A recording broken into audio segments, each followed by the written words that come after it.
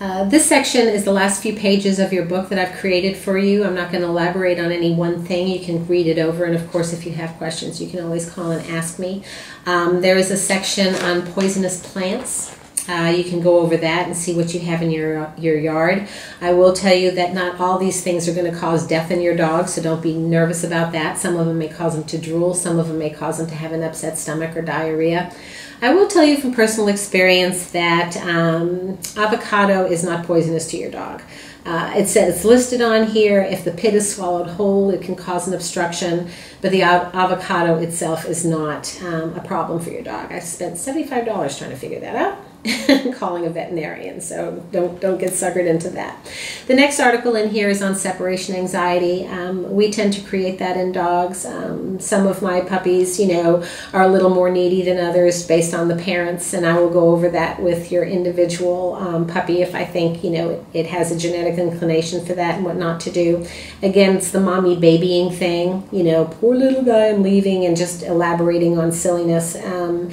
This article will explain if your puppy is leaning towards separation anxiety, so just read it over and you can call me if you find that that is an issue.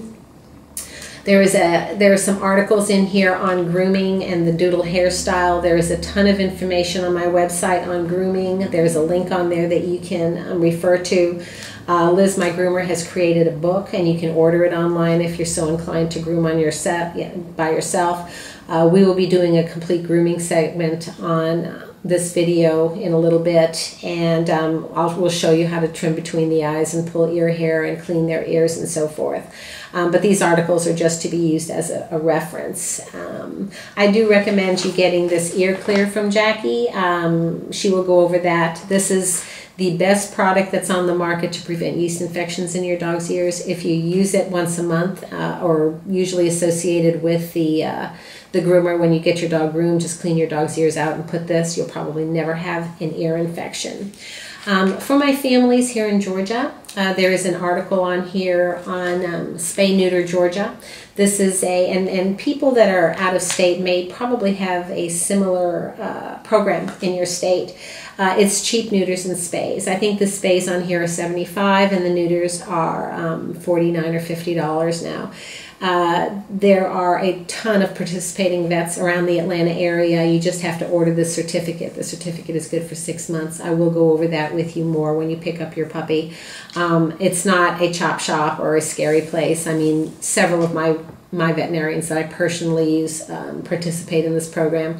Otherwise, your spaying and neutering is going to run you anywhere from, on the low end, $200 to the high end, like in New York and Florida, up to $600. I mean, some places are just outrageous for the same exact service.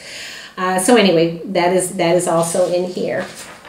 And there's also a little pamphlet on Taste of the Wild dog food. This is the food that I feed. Like I said, there are a lot of good products out there, which we will talk about when you come pick up your puppy.